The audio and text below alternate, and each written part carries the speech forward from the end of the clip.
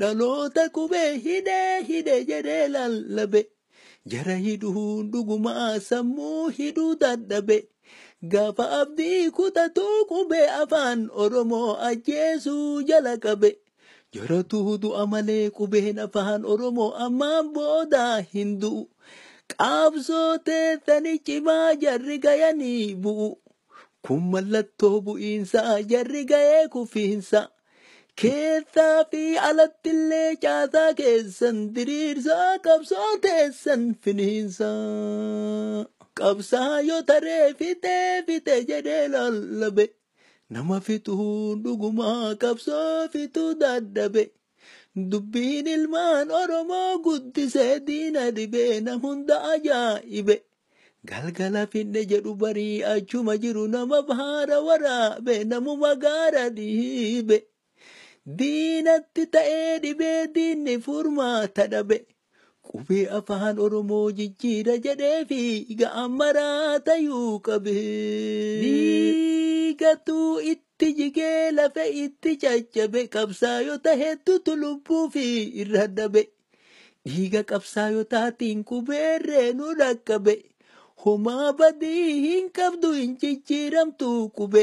Ka jijjiiruu malanii kittillayyoo fi diina ka ummata buqqise warra ummata gube warra ummata hube.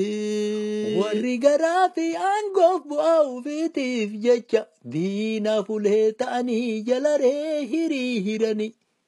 Gaafa qubeen dhalattuu fi ifuu hin dhalanne ufuu quban qabani maal harkaanuuf qabani.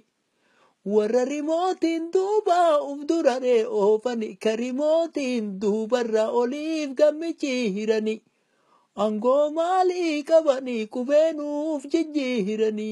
Sabatuu jara jibbee sabatuu jara dideen suni dubbii dhugaati.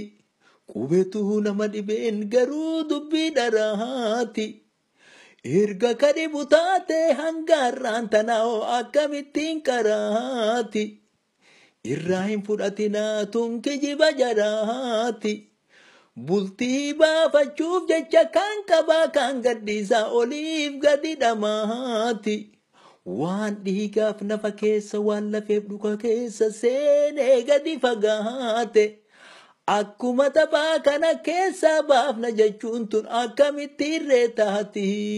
Barata gaafii kaasee barsiisa gaafii kaase.